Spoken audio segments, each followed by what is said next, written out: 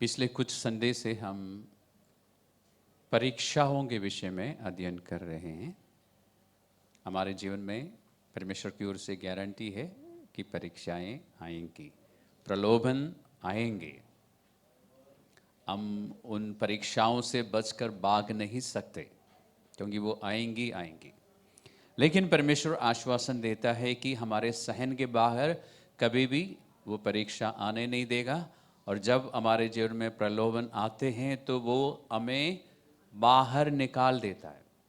लेकिन कुछ समय में उनमें से होकर निकलना ज़रूर है। हमारे परीक्षाओं में हमारे विश्वास या भरोसा की परीक्षा होती है कि हम कितना परमेश्वर पर भरोसा करते हैं, क्या हमारा विश्वास सच्चा है, इसी बात की परीक्षा होती है। हमने ये भी सीखा था कि परमेश्वर हमें परीक्षाओं में से निकलने देता है ताकि हम प्रभु में मजबूत हो जाए, और शैतान जो परीक्षा लेके आता है वो इसलिए लाता है ताकि हमारा विश्वास कमज़ोर हो जाए और हम नष्ट हो जाए, ख़त्म हो जाए। तो परमेश्वर का उद्देश्य अलग है, फर्क है, और शैतान का मकसद अलग है। अगर हम परीक्षाओं में पवित्र आत्मा की सहायता लेते हैं, जैसे मैंने आपको बताया था, जब परीक्षा होती है हमें क्या करना चाहिए? भागना चाहिए, दौड़ना चाहिए। किसकी ओर? परमेश्वर की ओर। तब हमें मदद मिलती है और वो हमें अनुग्रह देता है, हमें बुद्धि देता है और हमें सामर्थ्य देता है। उसकी सामर्थ्य से हम परीक्षाओं का सामना कर सकते हैं। हम अपने बल से, अपनी ताकत से या अपनी जो विल पावर है उससे नहीं कर सकते, हम हार जाएंगे। अगर हम प्रभु की ओर नहीं देखते तो गारंटी है कि हम परीक्षा में फेल हो जाएंगे, हम हार जाएंगे। परीक्षाओं का पास होना जरूरी है। हमने इन सब बातों में अध्ययन किया था। जब हम परीक्षाओं में से निकलते हैं तो आपकी हिंदी बाइबल में या मेरी हिंदी बाइबल में लिखा है कि धीरज उत्पन्न होता है, और मैंने एक सेशन में समझाया था वो केवल धीरज नहीं, आप स्थिर हो जाते हैं। जो शब्द वहाँ पर यूनानी भाषा में इस्तेमाल हुआ है उसमें स्थिरता पाई जाती है कि मुश्किलों के बावजूद आप वही कर रहे हैं जो आपको करना चाहिए। धीरज का मतलब है कि आप एक चीज़ के लिए प्रार्थना कर रहे हैं या इंतज़ार कर रहे हैं और समय बहुत लग रहा है, लेकिन आप छोड़ नहीं रहे हैं, वो है धीरज। लेकिन स्थिरता का मतलब है कि मुश्किलों के बावजूद आप सही काम करते जा रहे हैं और आखिर में जाके आपकी जीत होगी। याकूब की पत्री में, जेम्स, बुक ऑफ जेम्स, जहाँ से हम अध्ययन कर रहे हैं इन दिनों में, उसका पहला अध्याय में ये भी लिखा है कि पहला अध्याय का 12वां पद में परमेश्वर हमें एक आश्वासन देता है। जब हम परीक्षाओं में से निकलते हैं तो अगर हम परीक्षा को पास करते हैं तो हम धन्य हैं।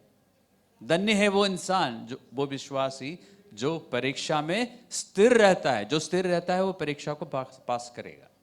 अगर स्थिर नहीं रहेगा तो बताने की जरूरत नहीं है, वो पास नहीं होगा। और ये भी लिखा है कि उसको जब वो परीक्षा में स्थिर रह के जब खरा निकलेगा तो उसको जीवन का मुकुट मिलेगा। इस जीवन के मुकुट के बारे में एक खास बात इसमें है कि लिखा है कि ये मुकुट जो है परमेश्वर ने उन सब के लिए रखा है जो परमेश्वर को प्यार करता है। तो उसमें से आपको क्या समझ आता है? जो परीक्षा में पास होगा उसको जीवन का मुकुट मिलेगा। और ये भी कहा है कि ये जीवन का मुकुट उन सब के लिए है जो परमेश्वर को प्यार करता है। तो दोनों बातों को जब आप जोड़ेंगे तो क्या मिलता है कि अगर आप परमेश्वर को प्यार करते हैं तो परीक्षा आप पास करेंगे, आप स्थिर रहेंगे।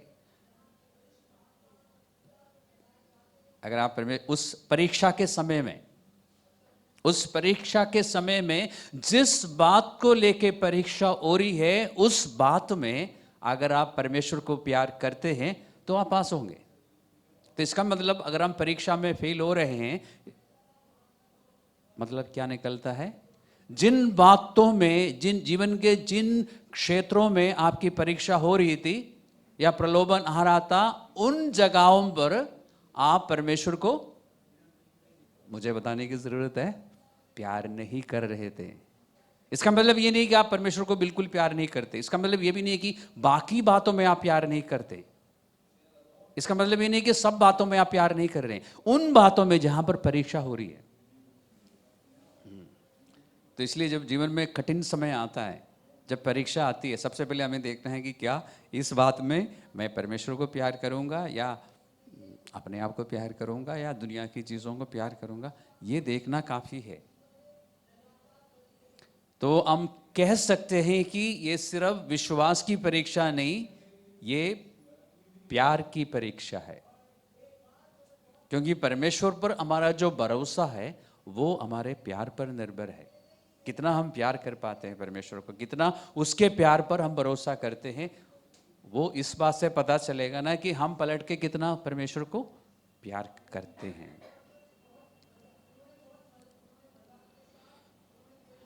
हम पिछली बार पौलुस की परीक्षाओं के विषय में अध्ययन किया था। जब पौलुस की परीक्षा हुई, परीक्षा बहुत सारी हुई, तो वो परमेश्वर के पास गया और परमेश्वर ने उसे कहा कि मेरा अनुग्रह तुम्हारे लिए काफी है। आज हम अगर समय मिला तो दो और जनों के विषय में देखेंगे, और ये दोनों अलग अलग किस्म की परीक्षा है। सबसे पहले हम आयुब को देखेंगे जो पुराने नियम में है। आयुब की जो परीक्षा है, आयुब के लिए लिखा है, पहला अध्याय में ही लिखा है कि वो एक धर्मी इंसान था और वो एक खरा इंसान था। He was righteous and upright। और ये गवाही परमेश्वर देता है। परमेश्वर स्वयं कहता है कि इसके जैसे कोई धर्मी नहीं है, ना कोई खरा है। और ये बात शैतान भी जानता था। लेकिन शैतान सोचता था, ऐसा बाइबल में लिखा नहीं है, लेकिन जो बाइबल में लिखा है उसके आधार पर मैं कह रहा हूं कि शैतान सोचता था कि आयुब जो धर्मी है और खरा है, इसके पीछे सिर्फ एक ही कारण है, और वो कारण ये है कि परमेश्वर ने उसको आशीष दी है और उसके पास बहुत सारे धन है।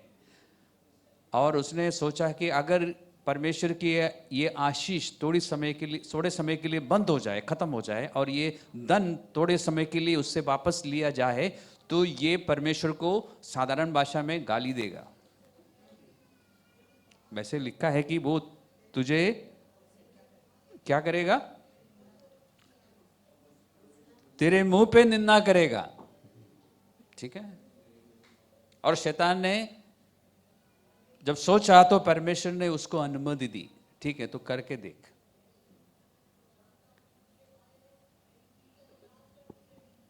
पहला अध्याय में आयुब की पुस्तक, जो कि भजन संहिता से पहले है, आयुब की पुस्तक में पहले अध्याय में लिखा है, 2 बार लिखा है कि आयुब ने अपनी परीक्षा के समय परमेश्वर के विरुद्ध में कोई पाप नहीं किया। पहला अध्याय का 22वें पद में और दूसरा अध्याय का 10वें पद में, दोनों जगहों में लिखा है कि और उसकी परीक्षा साधारण परीक्षा नहीं थी जिनमें से आप और मैं निकलते हैं।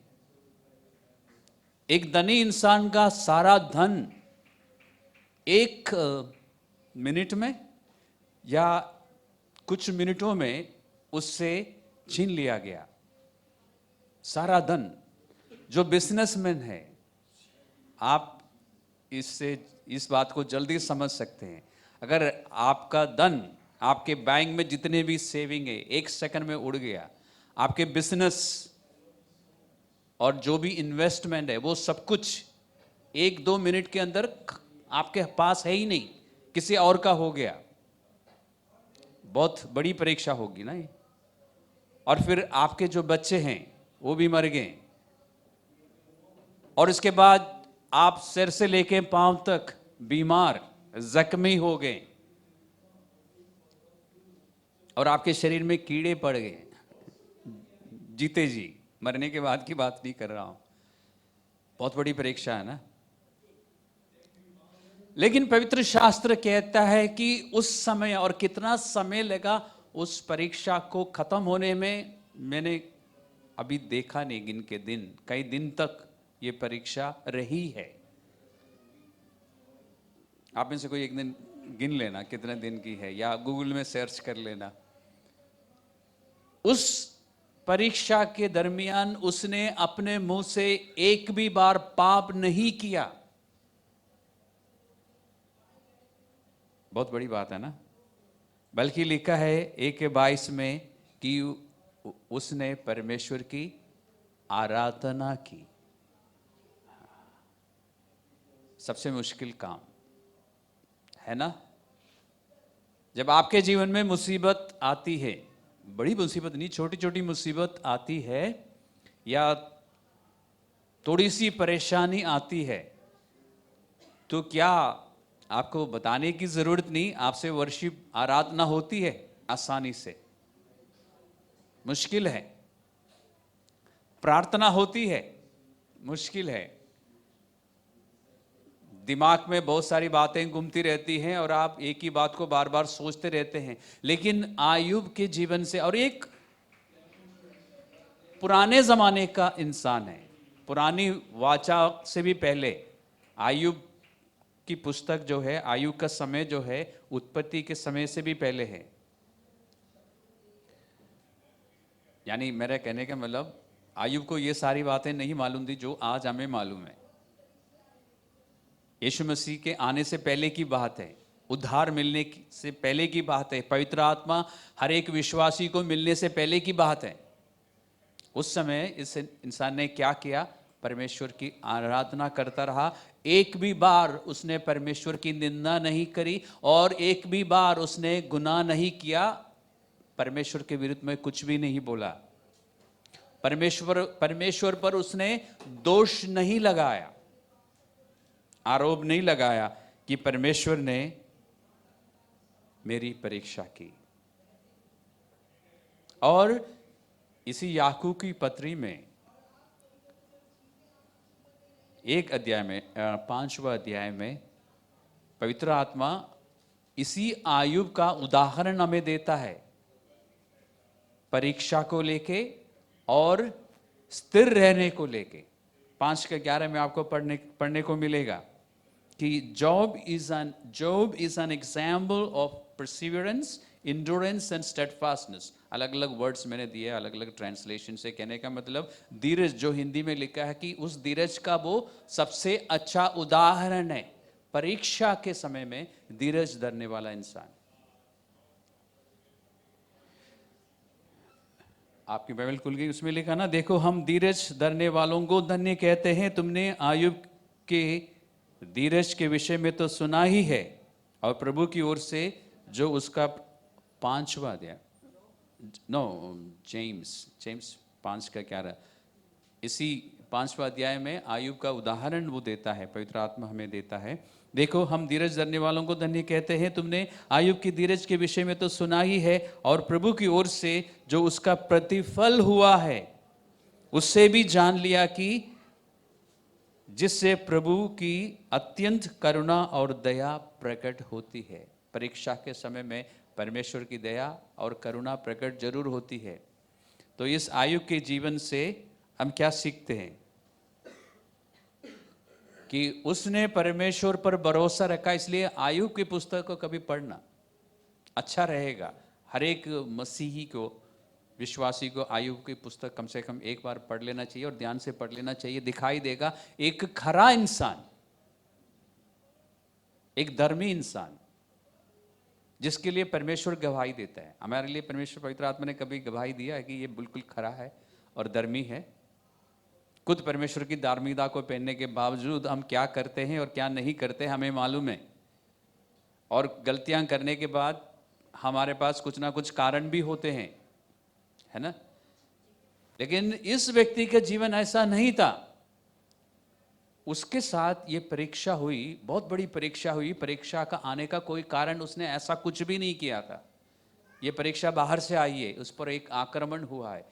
तब भी उसने परमेश्वर पर आरोप नहीं लगाया, ना परमेश्वर पर शक किया और ना कुछ बोलकर पाप किया। 2 बार लिखा है कि उसने पाप नहीं किया।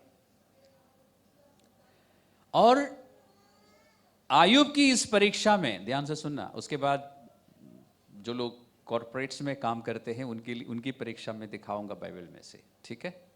हमारे यूथ के लिए जो कॉलेजेस और स्कूल्स में है और जो कॉर्पोरेट्स में है, आपकी परीक्षा भी मैं बाइबल से दिखाऊंगा। अभी उदाहरण, अभी हम बिजनेसमैन के बारे में बात कर रहे हैं जो बहुत धनवान है, या बहुत बड़े फार्मर्स होते हैं ना हमारे, जिनके पास पैसे बहुत है, खेत बहुत हैं, उनके बारे में। इसकी इस परीक्षा में एक और परीक्षा हुई। मैं एक बार पहले भी कहा ना कि परीक्षा में के अंदर भी परीक्षा होती है या प्रलोभन आते हैं। शैतान ने इस पर प्रलोभन ढाला कि परमेश्वर की निंदा कर, फिर उसके बाद तू मर जाए तो मर जाए, ऐसा जिंदा रहने से क्या फायदा, क्या अभी भी तू खरा रहेगा, अभी भी तू यीशु यीशु करता रहेगा, अभी भी संडे को चर्च आएगा और आराधना करेगा बाकी लोगों के साथ, जबकि तेरे जिंदगी में यह सब कुछ हो रहा है। यह प्रलोभन उसके जीवन में आया और उस प्रलोभन को लाने के लिए उसने एक व्यक्ति को इस्तेमाल किया जो कि उसकी खुद की पत्नी थी। आप सुन रहे हैं ना ध्यान से? तो आपकी परीक्षा के समय में आपके अपने किसी को भी शैतान इस्तेमाल कर सकता है आपके खिलाफ, आपके जीवन में प्रलोभन लाने के लिए। इधर तो पत्नी है, जरूरी नहीं कि हर बार पत्नी ही होगी, पति भी हो सकता है, कोई भाई भी हो सकता है, बहन भी हो सकती है, कोई भी हो सकता है। आपके अपने किसी के द्वारा शैतान आपके जीवन में इस परीक्षा के बीच में एक और परीक्षा ला सकता है। लेकिन आयुब की जिंदगी को देखिए, उसमें भी वो पास हो गया। उसने परमेश्वर के खिलाफ कुछ नहीं बोला। आयुब की पुस्तक का 2 अध्याय का 9 पद में यह लिखा है, उसकी पत्नी ने कहा या बल्कि पूछा, क्या तू अब भी अपनी कड़ाई पर बना है? परमेश्वर की निंदा कर और चाहे मर जाए तो मर जा। यानी तेरे लिए जिंदा रहने से ज्यादा मरना अच्छा है, यही उसकी पत्नी का मतलब था, बल्कि शैतान का यही मतलब था। और मैं जानता हूं, जब मैं विश्वास, यानी ये जो आयुब की पत्नी है, परीक्षा किसकी हो रही थी? आयुब की हो रही थी। और आयुब की पत्नी जो है शैतान की एजेंट बनी उस समय।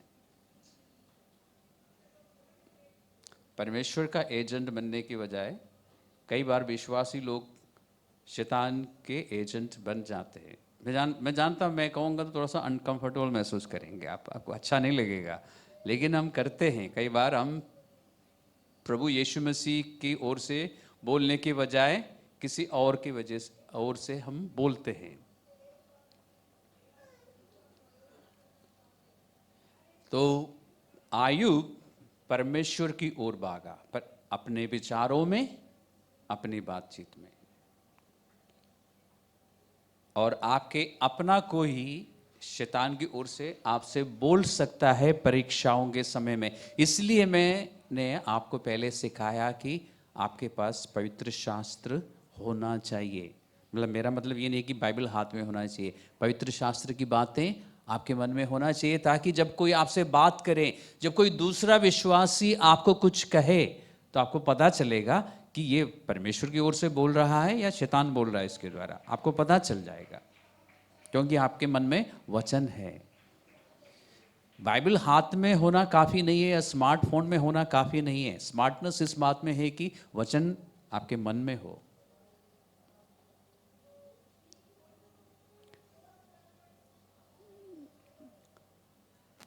आयुब ने परमेश्वर के विषय में कहा है कि वो हमेशा धर्मी है, यानी परमेश्वर कभी भी बुरा नहीं कर सकता। और इस तरह परीक्षा के समय में हमें भी करना चाहिए। अब हम चलते हैं कॉर्पोरेट ट्रायल्स। ठीक है, कॉर्पोरेट्स में जो काम करते हैं, बाइबल में और भी परीक्षाएं हैं। जैसे अधिकतर लोगों के जीवन में जब आप स्कूल में होते हैं या स्कूल से कॉलेज में पहुंचते हैं, यूथ बन जाते हैं, उस समय शराब, सिगरेट और ड्रग्स, इन सब की भी परीक्षा होती है। आपके फ्रेंड्स आप पर प्रेशर डालते हैं। मैं यूँ से पूछूंगा नहीं, मुझे मालूम है। ठीक है, आप इस परीक्षा में से निकलते हैं, आपको चैलेंज करते हैं दूसरे फ्रेंड्स। ये सब परीक्षाएं होती हैं। उससे भी कहीं ज़्यादा एक और बात की परीक्षा होती है, उसके बारे में हम चर्चा करते हैं। आप सब जोसेफ को जानते हैं, यूसुफ, जो उत्पत्ति की पुस्तक में है। यूसुफ उस जमाने के कॉर्पोरेट वर्ल्ड में था।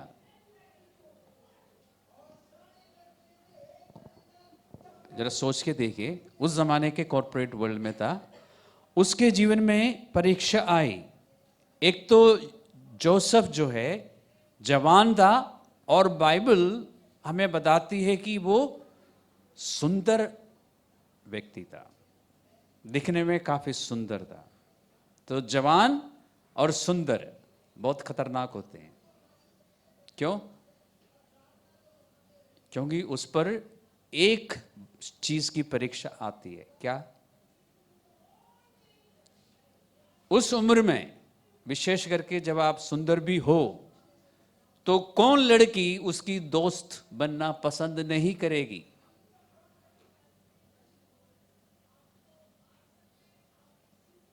इस तरह की बातें बाइबल में है, इसलिए कर रहा हूं। ठीक है, और उस उम्र में उसके मन में भी लड़कियों से बात करने की और दोस्ती करने की इच्छा जागी होगी जरूर। वो उम्र ही ऐसा है। तो ये सब कुछ, यानी सब कुछ उसके खिलाफ रहा है उस उम्र में और उस जगह में जहां पे वो काम करता था, और फिर वो खूबसूरत था।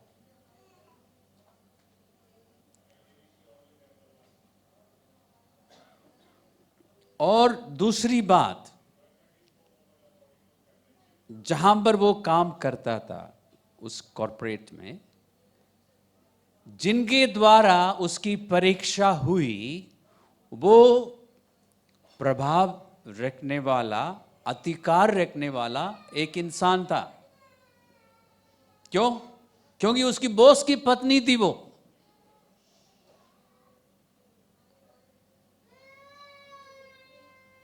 आप सोचिए इस बारे में। 2022 में लेके आइए उस बात को। आपके बॉस की पत्नी के द्वारा प्रलोभन आ रहा है। अगर आप मना करेंगे तो अंजाम अच्छा नहीं होगा। आपका जो करियर है वो खतरे में है। आपके अप्रेजल और उसके बाद जो एग्जिट सर्टिफिकेट मिलेगा वो अच्छा नहीं होगा। आपका बॉस कितना भी अच्छा क्यों ना हो, बॉस की पत्नी ने बोला नहीं लिखना उसके लिए अच्छा कुछ भी, तो आपके एग्जिट सर्टिफिकेट में भी बहुत गलत लिखा होगा आपके लिए। उस समय में आप क्या करेंगे? तीसरी बात, जिसके द्वारा प्रलोभन आया, किस बात का प्रलोभन है मैंने आपको बताया, नहीं बताने की जरूरत नहीं है। सेक्स। वो व्यक्ति रोज उसको मिलता था, क्योंकि उसी के घर पे उसकी नौकरी थी। ठीक है, वर्क फ्रॉम होम, मतलब अपने घर से नहीं, work from the boss home. ठीक है,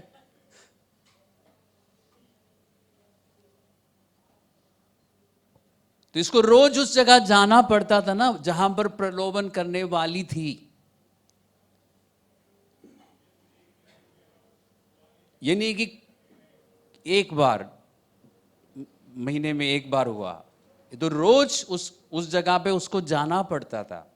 और बाइबल में लिखा है कि वो रोज काम के लिए जाता था, लेकिन उसको अंग्रेजी में अवॉइड करता था, यानी वो उस कमरे में नहीं जाता था या उस जगह में नहीं जाता था जहां पर प्रलोभन करने वाली बैठती थी या लेटती थी, जो भी वो करती थी। यानी प्रलोभन वाली चीज, वस्तु से वो स्वयं दूर रहता था, अपने आप को बचा के रखता था। वो बाकी सब कमरों में जाता था उसके काम के सिलसिले में, लेकिन उस जगह नहीं जाता था। यानी प्रलोभन लाने वाली वस्तु जो है रोज उसको मिलती थी, मिल सकती थी और उसके पास थी, लेकिन वो खुद उससे दूर रहता था। तो हमें सीखने को क्या मिलता है? मैंने बता दिया।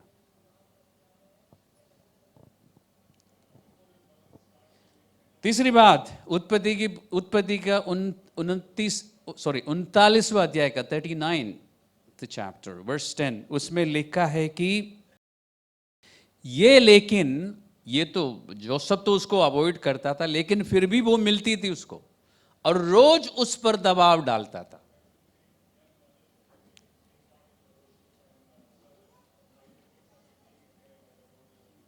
ऐसा कुछ लिखा है?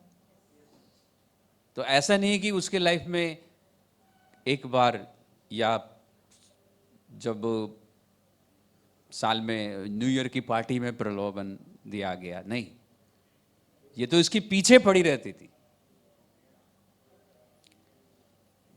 हम कह सकते हैं कि सब कुछ जोसेफ के खिलाफ रहा है, उसके फेवर में कुछ भी नहीं था, उसको प्रोत्साहन देने के लिए कोई नहीं था। कोई बात नहीं, तू ऐसा कर ले, ऐसा कर ले, खुद अकेले था, सिर्फ परमेश्वर ही था उसके जीवन में। कोई विश्वासी भाई बहन नहीं था, कोई पास्टर भी नहीं था,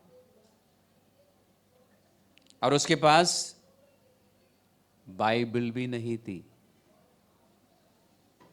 बाइबल लिखी नहीं गई थी उस समय।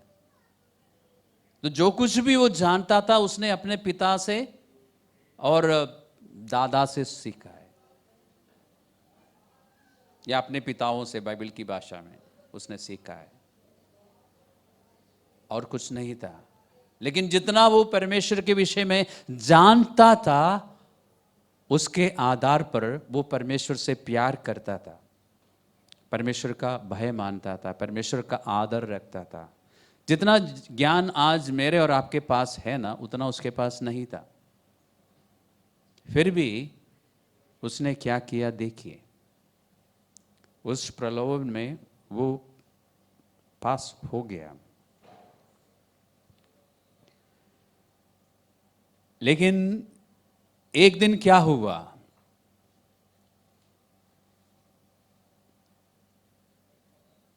एक दिन उसको उस जगह जाना पड़ा जहां पर प्रलोभन वाली थी, और उसने उसको जबरदस्ती पकड़ लिया, उसकी कमीज पकड़ ली उसने। और उस आदमी ने क्या किया? मैं जो कहता हूं ना कि परीक्षा के समय में भागना चाहिए, उसने क्या किया? आपको दिखाई दे रहा है? आप इसकी कल्पना कर सकते हैं इस दृश्य का? उसने शर्ट को पकड़ लिया था, उसने शर्ट ही छोड़ दिया। आज की भाषा में बोल रहा हूं, उस जमाने में शर्ट नहीं, कुछ और पहनते थे, लेकिन ऊपर जो कुछ भी उसने पहना था उसने छोड़ दिया। वहां पे रुका नहीं, शर्ट लेने के लिए भी, कमीज उठाने के लिए भी वो रुका नहीं, वो भागा वहां से। देखिए, परमेश्वर ने उसकी परीक्षा को नहीं हटाया। आप इस बात पे ध्यान दे रहे हैं? उसके जीवन में प्रलोभन एक बार नहीं, कई बार आए। उन प्रलोभनों को उसने, परमेश्वर ने नहीं हटाया, लेकिन यूसुफ को उनमें से गुजरने दिया, निकलने दिया, उसका सामना करने दिया। परमेश्वर ने उसको सामर्थ दी, उसको अनुग्रह दिया, उसको समझ दी, उसको बुद्धि दी। इसलिए याकूब की पत्री में ही लिखा ना, जहां परीक्षा के बारे में लिखा, वहां लिखा ना कि अगर आपके पास बुद्धि नहीं है तो आप परमेश्वर से मांगे। तो इसलिए मैं कहता हूं, जब परीक्षा हो तो भागो परमेश्वर की तरफ, जैसे यूसुफ ने किया। और यूसुफ को मालूम था कि अब ज्यादा खतरा है। उसे मालूम था कि ये मुझे फंसाएगी अब, क्योंकि मैंने सबूत छोड़ा है।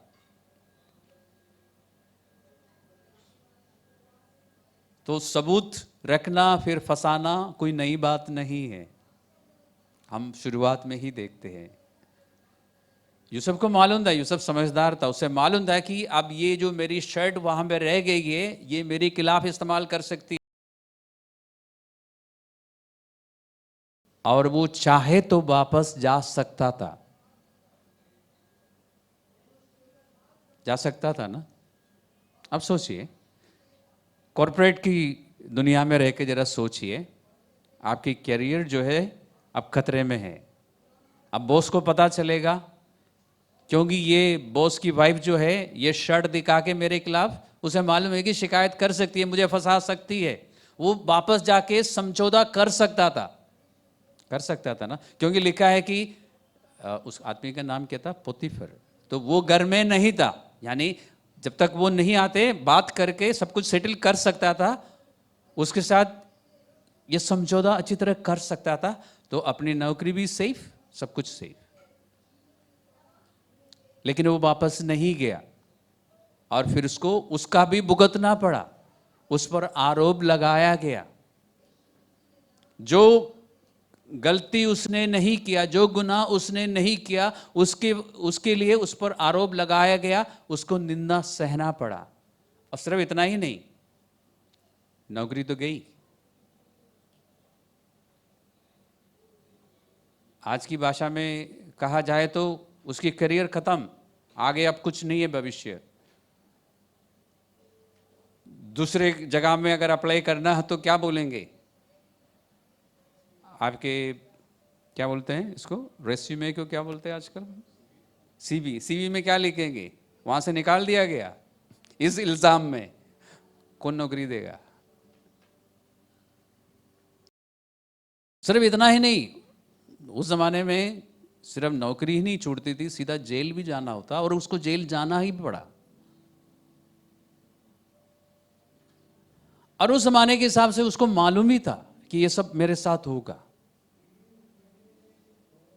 और उसके पास सोचने का और निर्णय लेने का, संशोधन लेने का समय था, क्योंकि बॉस जो है ऑफिस में नहीं था, बाहर कहीं टूर में। मैं नहीं कर रहा हूं, बाइबल में लिखा है। तो बॉस के वापस आने से पहले वो समझौता कर सकता था, लेकिन उसने नहीं किया, और उसका परिणाम ये निकला कि उसको जेल में रहना पड़ा कुछ सालों तक।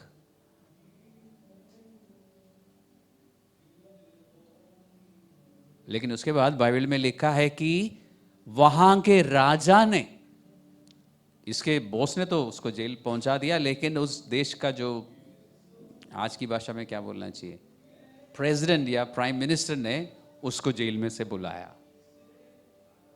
यही है ना जोसेफ की कहानी। और फिर उसको उस देश के सबसे बड़ी पदवी दी, और लोगों को ये कहा कि मेरे बाद इसका अधिकार होगा, बल्कि सिर्फ सिंहासन पर मेरा अधिकार है, बाकी सब इसके हाथ में है, मुझसे मत पूछना। राजा ने ये तक कहा था, यानी यूसुफ की शिकायत लेके मेरे पास मत आना, कहने का मतलब यूसुफ ने जो कहा वो हो गया। लेकिन उससे पहले उसको परीक्षा में से निकलना पड़ा ना, क्योंकि वो परीक्षा पास हो गया था, वो उस जगह तक पहुंचा। देखिए, दुनिया की नजर में, उस जमाने के लोगों के नजर में यूसुफ जो है एक पापी था, एक क्रिमिनल था, एक गलत इंसान था। बाइबल की भाषा में हम कह सकते हैं पापी था, या we can say he was a Sinner दुनिया की नजर में। लेकिन परमेश्वर की नजर में ही वाज अ विनर। आप देख रहे हैं परमेश्वर कैसे देखते हैं। और आयुब की परीक्षा में से आप ये भी जान सकते हैं कि परीक्षा आयुब के लिए क्या लिखा है बाइबल में, वो खरा था। तो परीक्षा सिर्फ बुरे लोगों के साथ नहीं। अगर आपके जीवन में परीक्षा हो रही है तो इसका मतलब ये नहीं कि आप बुरे हो, जरूरी नहीं है। आयुब खरा इंसान था, उसके साथ भी परीक्षा हुई।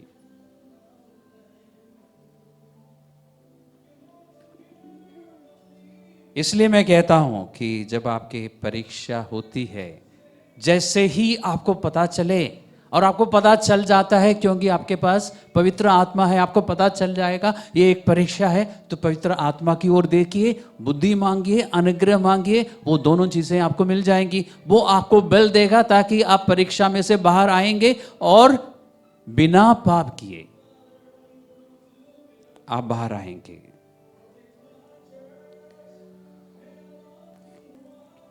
नीति वचन का, मैं इस वचन के साथ आपको छोड़ना चाहता हूं। नीति वचन का 18वां अध्याय को खोलिए।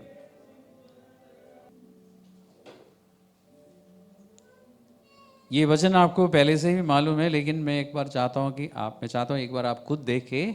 नीति वचन प्रोवर्ब्स 18:10, इसमें लिखा है कि यीशु मसीह का नाम जो है, the name of the Lord, या पुराने नियम है इसलिए यहोवा का नाम दृढ़ गढ़ है और धर्मी जन उसकी ओर क्या करता है?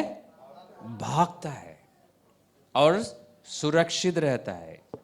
The name of the lord is a strong fortress, the godly run to him and are safe. इसलिए आपको क्या करना चाहिए? आप परमेश्वर की पवित्र आत्मा की ओर देखिए और मांगिए, मांगिए, मांगते रहिए। जब तक आपको प्रभु की ओर से विजडम, बुद्धि, समझ नहीं मिलती, जब तक सहायता नहीं आती, आप मांगते रहिए। और अगली बार जब हम इकट्ठा होंगे तो मैं आपको बताऊंगा पवित्र आत्मा के पास इस तरह जाने से क्या क्या फायदा होता है। क्या क्या आपको ये सब जानने की जरूरत नहीं है, इतना जानना काफी है कि परीक्षा है तो भागो परमेश्वर की ओर, बाकी काम होता रहेगा। फिर भी 2022 में लोगों को डिटेल में जानकारी चाहिए, प्रोस एंड कॉन्स चाहिए, है ना, ताकि ट्रबल शूटिंग ठीक से कर सके, है ना। तो हम अगले सेशन में, वो जब भी होगा, मैं आपको बताऊंगा पवित्र आत्मा की ओर जाने से क्या क्या लाभ होता है, पवित्र आत्मा किस रीति से आपके जीवन में काम करता है, और आप किस रीति से फिर परीक्षा में हमेशा पास होंगे। और पास होने के बाद आपको क्या मिलेगा? प्रतिफल जरूर मिलता है ना, और परमेश्वर की ओर से जीवन का मुकुट मिलेगा। उसका अनुभव, एक्सपीरियंस जो है इस जीवन में भी मिलता है। तो हम ऐसा ही करेंगे।